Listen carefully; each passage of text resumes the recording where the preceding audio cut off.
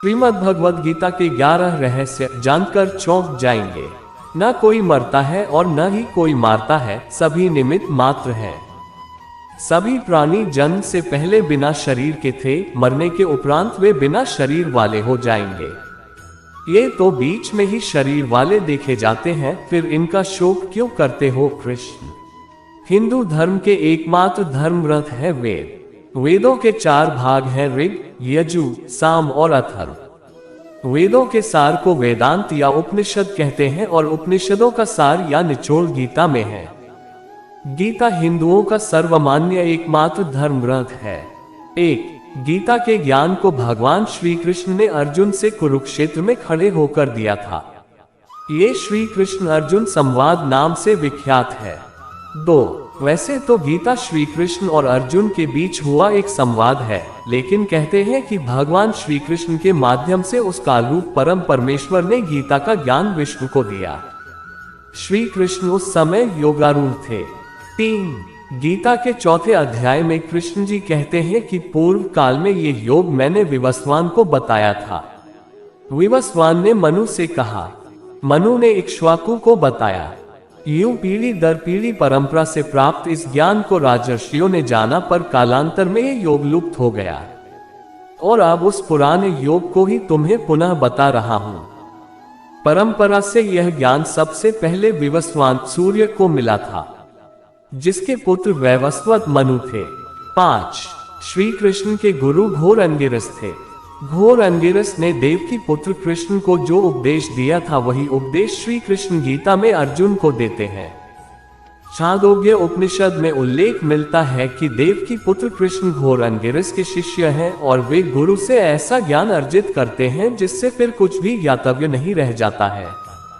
यद्यपि गीता द्वापर युग में महाभारत के युद्ध के समय रणभूमि में किंकर्तव्य विमूढ़ अर्जुन को समझाने के लिए भगवान श्री कृष्ण के द्वारा कही गई थी, किंतु इस वचनामृत की प्रासंगिकता आज तक बनी हुई है। गीता में भक्ति, ज्ञान और कर्म मार्ग की चर्चा की गई है। उसमें यम, नियम और धर्म कर्म के बारे में भी बताया गया है। गीता ही कहती है कि ब्रह्म ईश्वर एक ही है। गीता को बार बार पढ़ेंगे तो आपके समक्ष इसके ज्ञान का रहस्य खुलता जाएगा। गीता के प्रत्येक शब्द पर एक अलग ग्रंथ लिखा जा सकता है।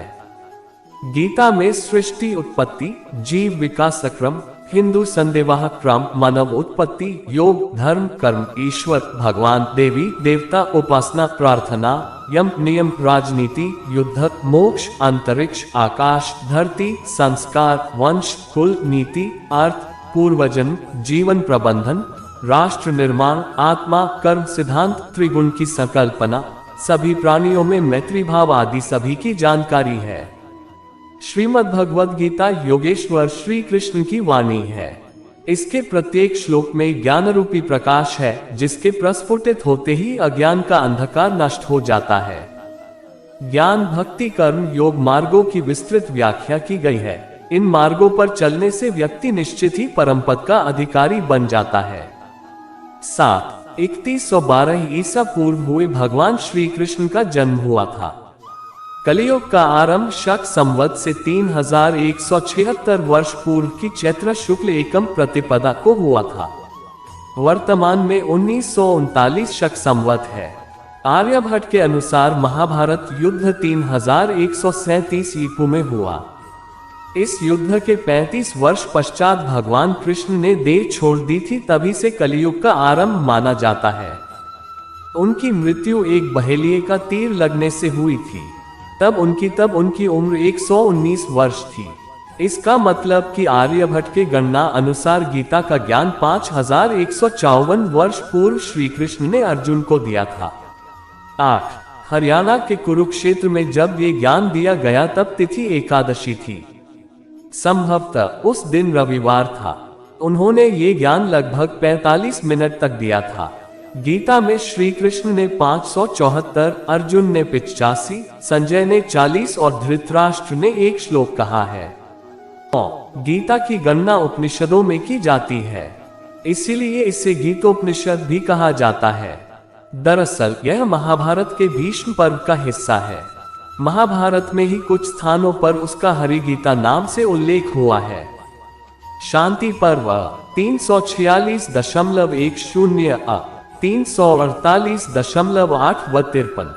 10 श्री कृष्ण ने गीता का ज्ञान अर्जुन को इसलिए दिया क्योंकि वह कर्तव्य पथ से भटकर सन्यासी और वैरागी जैसा आचरण करके युद्ध छोड़ने को आतुर हो गया था, वह भी ऐसे समय जबकि सेना मैदान में डटी थी।